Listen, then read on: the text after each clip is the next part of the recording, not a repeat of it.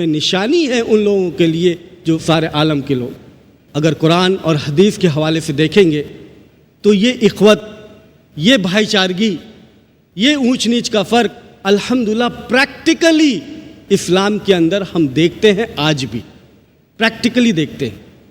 نماز جو ہم کرتے ہیں مسجد میں جا کر کے جماعت کی شکل میں، وہاں پر بھی کوئی اونچ نیچ کا فرق نہیں، کندھے سے کندھا ملا کر کے امیر و غریب کھڑا ہو جاتا ہے، کندھے سے چاہے بادشاہ ہو فقیر ہو، کندھے سے کندھا ملا کے کھڑا ہوتا ہے۔ حج کے موقع پر الحمدللہ پوری دنیا سے لوگ اکٹھا ہوتے ہیں اور ایک سا طور پر ڈریس پہنتے ہیں بغیر سلے ہوئے دو چادر میں، اور یہ ڈیمانسٹریٹ کرتے ہیں کہ یہ اخوت، یہ بھائی چارگی اللہ کے نزدیک سب برابر ہے۔ وہاں پر بھی امیر غریب کا کوئی فرق نہیں کوئی پیدا کر سکتا۔ حدیث کے حوالے سے ایک بات بہت سخت طور پر صحیح مسلم میں جلد نمبر 1 اور حدیث نمبر 164 میں یہ بات آتی ہے۔ عبداللہ ابن مسعود نقل کرتے ہیں، رسول اللہ صلی اللہ علیہ وسلم فرماتے ہیں کہ اگر کسی کے اندر رائی کے دانے کے برابر بھی گھمنڈ، تکبر، بڑاپن ہے تو وہ جنت میں ہرگز نہیں جائے گا۔ اگر رائی کے دانے کے برابر بھی تکبر، گھمنڈ کسی کے اندر ہے کہ میں بڑا وہ چھوٹا، تکبر رائی کے دانے کے برابر بھی، تو وہ جنت میں نہیں جائے گا۔ صحابہ کرام جو موجود تھے وہ پوچھنے لگے کہ یا حضور صلی اللہ علیہ وسلم، یا رسول اللہ، اچھے کپڑے پہننا، اچھے جوتے پہننا، کیا یہ بھی تکبر ہے؟ اللہ کے رسول صلی اللہ علیہ وسلم جواب دیتے ہیں کہ یہ تکبر نہیں، اللہ خوبصورت ہے اور خوبصورت چیزوں کو پسند کرتا ہے۔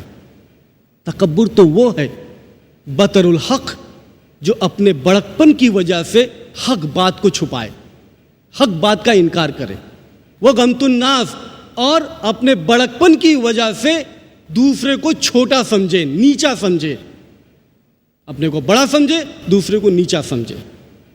ایسا شخص جو یہ صفت رکھے تو جنت میں ہرگز نہیں جائے گا۔ ایک مثال حدیث کے حوالے سے ایک واقعہ ہم کو ملتا ہے صحیح بخاری میں جلد نمبر 1 کتاب الایمان میں حدیث نمبر 30 میں صحابہ کی مجلس ہے، اور اس مجلس میں مختلف صحابہ ہیں، اس میں حضرت بلال رضی اللہ تعالیٰ عنہ ہیں اور ابو ذر رضی اللہ تعالیٰ عنہ ہیں، اور اس مجلس میں کسی موضوع کے اوپر رائے پیش کی جاتی ہے۔ رائے پیش کرتے کرتے ابو ذر ایک رائے پیش کرتے ہیں، اس رائے کے اوپر حضرت بلال رضی اللہ تعالیٰ عنہ اس کو کہتے ہیں کہ ھذا خطا، اس میں خطا ہے، اس رائے یہ غلط ہے، یہ رائے جو ہے غلط ہے۔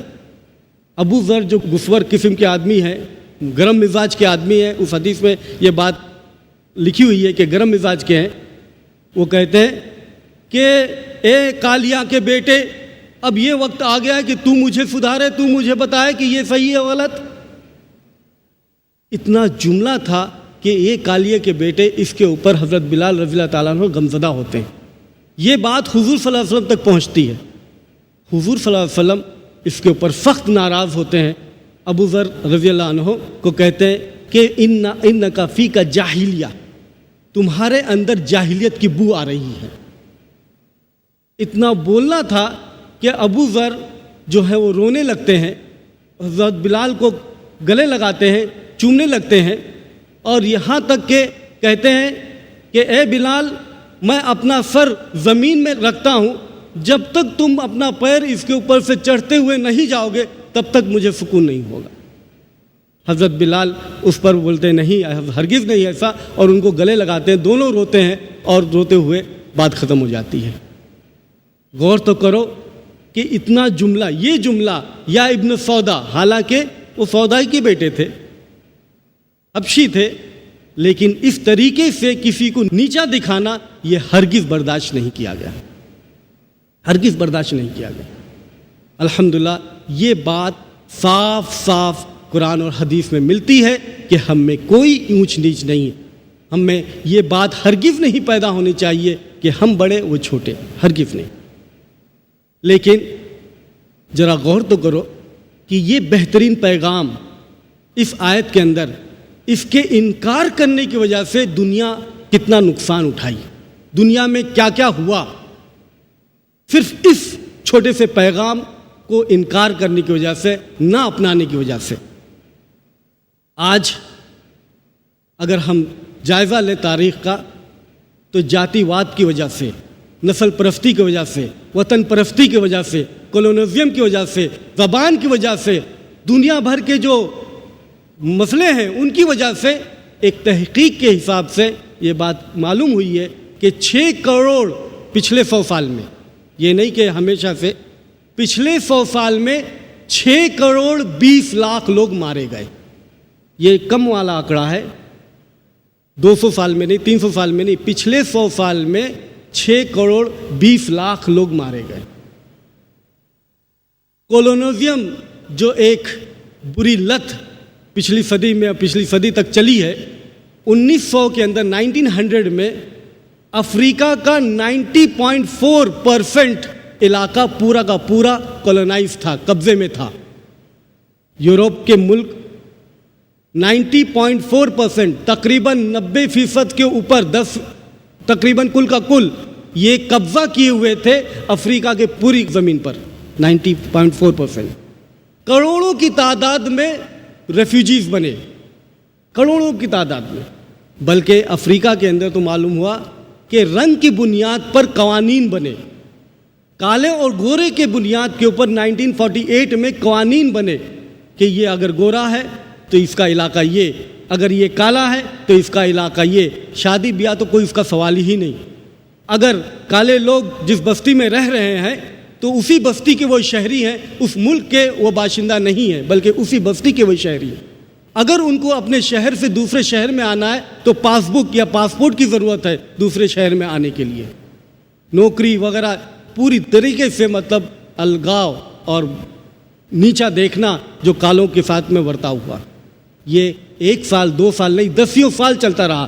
1993 میں نئے قوانین بنے اور 1994 میں الیکشن ہوتا ہے، کولیشن گورنمنٹ فارم ہوتی ہے۔ ورلڈ وار جس کے اندر لاکھوں کروڑوں لوگ مارے گئے، فرسٹ ورلڈ وار میں، سیکنڈ ورلڈ وار میں کروڑوں لوگ مارے گئے، یہ کس بنیاد پر؟ اسی بنیاد پر نا کہ ہم طاقتور ہیں وہ کمزور ہے، ہم بڑے ہیں وہ چھوٹے ہیں، ہم سپیریئر ہیں وہ انفیریئر ہیں، اسی بنیاد پر آج دنیا بھر میں ابھی بھی یہ تماشا ہو رہا ہے، تماشا جاری ہے۔ ایک تو تماشا آج ہم سب جانتے ہیں اسرائیل اور فلسطین کا، ایک پروگرام، ایک سی ڈی دیکھنے کا اتفاق ہوا، اور یہ سی ڈی ایک پیس ایکٹیوسٹ نے سیکریٹلی اسرائیل کے اندر، فلسطین کے اندر گھس کر کے یہ سی ڈی اس نے پریپیئر کی ہے اور بنائی ہے۔ اس پیس ایکٹیوسٹ کا نام ہے ایڈ ہل اور ٹائٹل ہے سفرنگس آف پیلسٹینینز۔ وہاں سے یہ بات معلوم ہوتی ہے کہ 1946 میں فلسطین 90% فلسطین کے علاقے تھے اور 10% سے کم یہودی باشندے، یہودی بستیاں تھیں 1946 میں۔ 1947 میں جو میپ ملتا ہے ہم کو فلسطین کا، اس میں 70% یہودی ہو جاتے ہیں اور 30% کے لگ بھگ فلسطین، یہ 1947 ایک سال میں۔ 1948 اور اگلے ایک سال میں فلسطین 10% سے کم اور یہودی 90% سے زیادہ، یہ ہے موجودہ میپ۔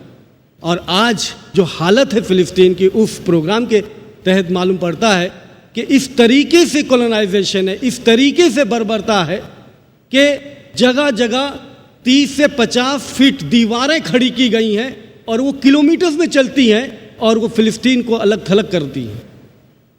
30-50 فٹ کی دیواریں، 3-4 فٹ کی دیواریں، اور وہ کلومیٹرز، 15 کلومیٹر، 50 کلومیٹر، اس طریقے سے وہ دیواریں کھڑی کی گئی ہیں فلسطینیوں کو الگ کرنے کے لیے۔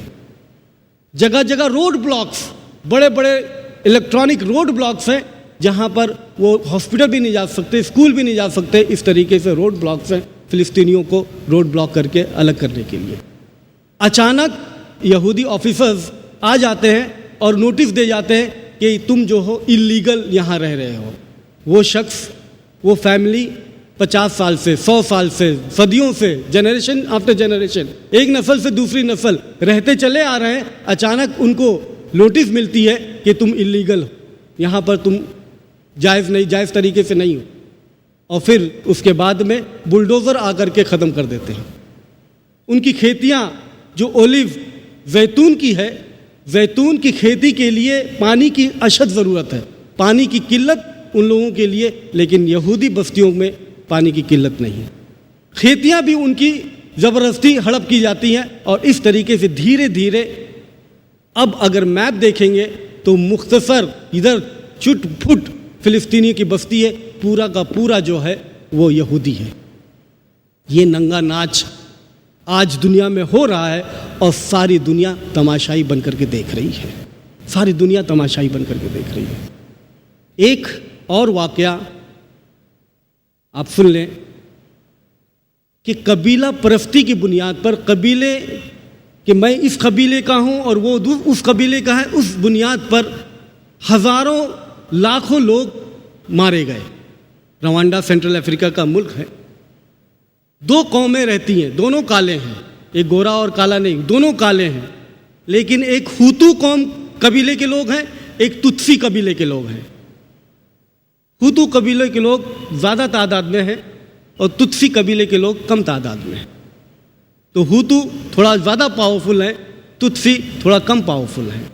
6 اپریل 1994 سے 100 دن تک روزانہ قتل ہوتے گئے، یہاں تک کہ 100 دن میں 800,000 تتسی مارے گئے، اس بنیاد پر کہ وہ تتسی ہے، ہوتو نہیں ہے.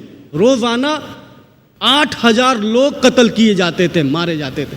ملٹری نہیں، پولیس نہیں، بلکہ ایک قوم کے لوگ ہوتو دوسری قوم کے لوگ تتسی کو ہتھیاروں سے، چھری سے، چکو سے، لاٹھی سے عوام مارتی تھی، اور 800,000 لوگ 100 دن میں مارے گئے. کیوں؟ کیونکہ ایک گروہ سوچتا ہے کہ میں بڑا ہوں، دوسرا چھوٹا ہے. وہی ایک پیغام مختصر سا، یا ایھا الناس انا خلقناکم من ذکر و انثی، اے انسانوں ہم نے تم کو ایک مرد اور ایک عورت سے پیدا کیا. وجعلناکم شعوبا و قبائل، اور تم کو شعبوں میں اور قبیلوں میں بانٹا. لتعارفوا، تاکہ تم ایک دوسرے کو پہچانو، نہ کہ تم ایک دوسرے سے نفرت کرو. یہی ایک چھوٹا سا پیغام، لیکن اس کے نہ ماننے کی وجہ سے دنیا میں کتنی بربرتا ہے، کتنی آفت ہے.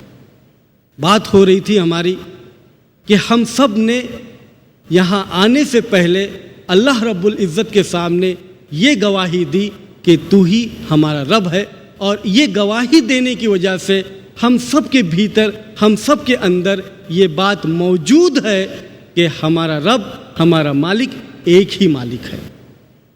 سچی بات تو یہ ہے کہ جو ناستک ہیں، جو ملحد ہیں، جو خدا میں نہیں یقین کرتے، جو ایگزسٹنس آف گاڈ میں نہیں مانتے، وہاں سے بھی یہ بات سامنے آتی ہے کہ وہ بھی اپنے بھیتر، اپنے اندر ایک خدا اور ایک مالک کا تصور رکھتے ہیں. وہ کیسے؟ ایک ایسٹروناٹ، روسی ایسٹروناٹ، رشیا کا ایسٹروناٹ جو خلا میں جاتا ہے، اور ظاہر ہے وہ کمیونسٹ ہے، اللہ میں یقین نہیں کرتا، گاڈ میں یقین نہیں کرتا، اور وہ اسپیس پہ جاتا ہے. لیکن اسپیس سے لوٹتے وقت یا اسپیس پہ جاتے وقت جب بھی ہو، اسپیس فیلئر ہو جاتا ہے، وہاں اس کی مشین خراب ہو جاتی ہے، اور مشین خراب ہونے کی وجہ سے اس کا ہلاک ہونا یقینی ہے، اور وہ ہلاک ہوتا ہے، مشین پوری گرتی ہے اور سارا تہس نہس ہو جاتا ہے.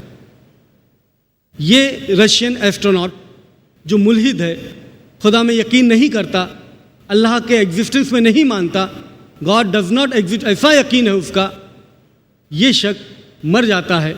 لیکن جو بلیک باکس اس کے اندر سے نکالا جاتا ہے اور بلیک باکس کی تحقیق ہوتی ہے تو اس کے اندر آواز آتی ہے، ایسے آخری موقع پر اللہ کو پکارنے کی، مالک کو پکارنے کی، اپنے رب کو پکارنے کی، اپنے بچنے کے لیے.